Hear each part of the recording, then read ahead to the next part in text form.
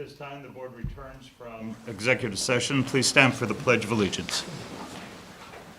I pledge allegiance to the flag of the United States of America and to the republic for which it stands, one nation, under God, indivisible, with liberty and justice for all. This time, I'd like to get a motion for approval of the minutes from our last meeting. I'll make that motion. Mrs. Baker makes a motion, and Mr. Isgrove seconds it. Any questions, discussion? Mr. Hancock? Mrs. Baker? Yes. Mr. Isgrove? Yes. Mrs. Matthews? Yes. Mr. Sprague? Yes. Mr. Weigel? Yes. This time in our meeting where we have council, a member of city council. We have no members of city council here. At this time, we have a hearing of citizens. I believe we have one person to speak. Just want to remind everyone, this is the first meeting that we've had for a long time where we have had, go ahead, Dave. We've had the opportunity to hear citizens, so it's nice to see citizens in attendance. Just a reminder, our time for a comment is 3 minutes. And when you go to the podium, please state your name and your address, please. Okay. David Verneau, 6 Woodbury Court, Hamilton. Thanks, Dave. I appreciate the opportunity after over a year to come back and speak before the board and as you're meeting with the public in session here. I recognize and appreciate the often thankless task, no-win tasks that you folks, board and administration, have taken on as you've helped navigate the district through this past year. So I just wanted to say that up front, how much I appreciate that. I also want to publicly share my respect and admiration for all the teachers and staff who are in the trenches. They literally put their lives on the line, and as they were navigating the entire school year, taking care of themselves, their families, and their students. And I've heard so many stories of teachers just going out of their way to take care of their students and to put their students first and still trying to take care of themselves. So I know my words don't do justice to my feelings, and I know that my feelings represent those of so many in the community who really appreciate what the teachers have been through and how they've helped hold the district together this past year. So thank you. Thank you, Mr. Vernon. Thank you. Superintendent's comments. Yes, first I'd just like to reiterate Mr. Verneau's comments in the fact that we're blessed with a very dedicated staff, and we know that having students in our classrooms was best for them, but there also was a risk factor involved with that, and our teachers and entire district staff stepped up and did what they needed to do, and because of that, our students benefited and this community benefited. And so I'm going to reiterate the thank you, because I think that that's long overdue and very something that really needs to be recognized. The 2 things that I want to bring to everyone's attention tonight, once again, is that due to a little bit of a relaxing of regulations and work with the City Health Commissioner, Hamilton High School will be holding its prom this year, and it will be on April 24th.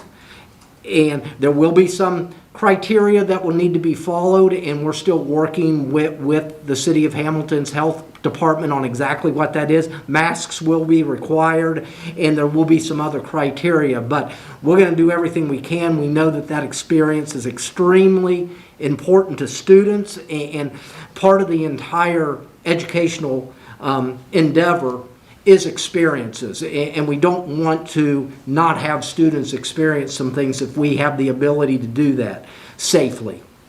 The second piece is that we will be holding graduation this year in a little bit more traditional manner than we did last year, but it will not be at Millett Hall in Miami. Instead, it will be at Hamilton High School at the football stadium, and it will be outdoors, and that is scheduled for May 25th.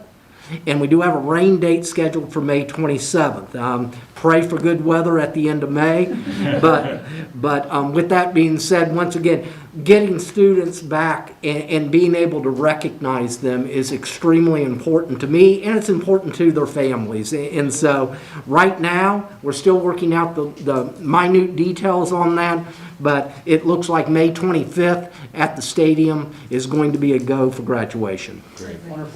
Thank you, great news. I'm sure the seniors are excited about that after everything they've been through this year, so. And I think our entire staff Yes, is sure, excited sure. about that. I mean, the seniors are, but it's good to get back to a little bit of the business of working with students. We have worked so hard this year with our teachers' unions and our other unions on just protocols for COVID. And, you know, it's just really been very time consuming. November, December, we weren't sure if we were going to keep our doors open every day. And you know, it's kind of refreshing. Yes, it's a lot of work, but it's refreshing to get back to work with students, work on some of these things, and that's the exciting part of it. Well, I think all of us appreciate what you and your staff have done so that these activities can occur for these students, and especially working with the health department. So bringing back some normalcy is important to everybody. I think, Yes, it is. for all of us. So. That's- Yes, sir. yes. May I? Yes, sir. Again, Mr. Holbrook, I want to thank you for the great job that you've done over this pandemic, working with the health department, working with the city, the fire department, and your staff to set up both the COVID shots. And they went without any problems that I know of. But I just want to say thank you for the hard work that was planned and done. Well, Steve, thank you, but yeah, I will tell you, that is such a community effort. Having the paramedics there, working with the health department, having our administrative staff here in Hamilton helping to organize and facilitate that. It was truly a group effort. I do think we were able to do that in a pretty concise manner. You know, the only complaints I've heard is some of the reactions after the shot, myself included. It was a little rough that next day, but nevertheless, we were glad to be able to give that opportunity for our staffs, because it's just another layer of safety. Our staff was out there doing these things without the shots. Right. This is just another layer of safety that I feel a lot more comfortable with personally once our staff members receive the opportunity for those. And you made sure that, because I guess the non-publics were you allowed them to come into our school and use that, so they didn't have to tear everything down and go somewhere else, the health department, the paramedics. Well, So there were it's some available. issues with scheduling with the non-publics, and the two things that were an advantage to them is, number one, is that the health department didn't have to relocate after doing our shots in the morning. And the other piece, it allowed the non-publics to give the shot on a Friday, which gave recovery time for their Right. staff. And you know, we want to be good community members and neighbors, and it was the least we can do. Again, great job done. Thank you. The board has been presented with a consent agenda. You've already received that consent agenda. I need a motion to accept that. Motion to accept, make a motion to accept. Okay, Pastor Matthews, and second by Mrs. Baker. Any discussion?